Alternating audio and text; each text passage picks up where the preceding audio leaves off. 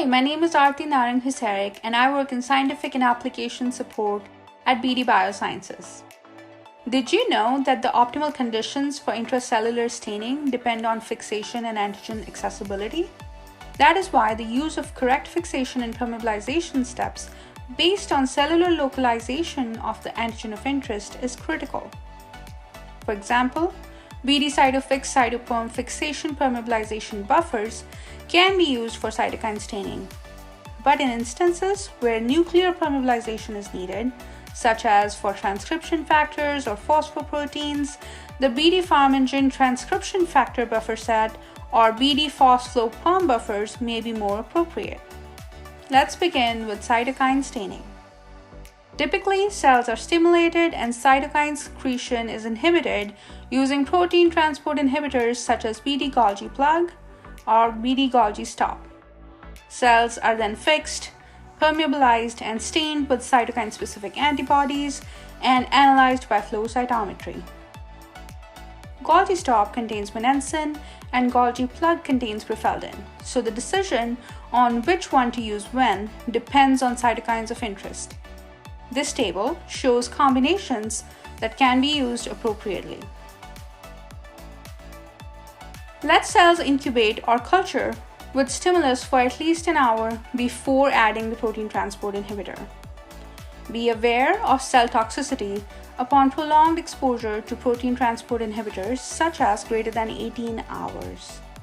If prolonged incubation time is required, use the less toxic BD Golgi plug inhibitor. When investigating multiple cytokines, cells can be incubated with both BD Golgi plug and BD Golgi stop inhibitors for optimal resolution of each cytokine. If you're planning to combine surface and intracellular markers, staining the surface markers first before fixing and permeabilizing will ensure optimal performance. For instance, this figure shows that for some cell surface antigens, fixation before staining can dramatically reduce fluorescence intensity. Things to watch out for are impact on dyes. For example, some dyes, such as Percp Cy 5.5, when used to stain surface markers, may not perform well when subject to fix and perm buffers in subsequent steps. When using fixed cells for both surface and intracellular stain, it is important to ensure that the antibody clones being used do recognize fixed surface antigens. In contrast, BD phosphlo perm buffer 3 is recommended starting buffer for analyzing phosphorylated proteins. As shown in the graphic, it provides the best signal-to-noise ratio when staining with phospho antibodies.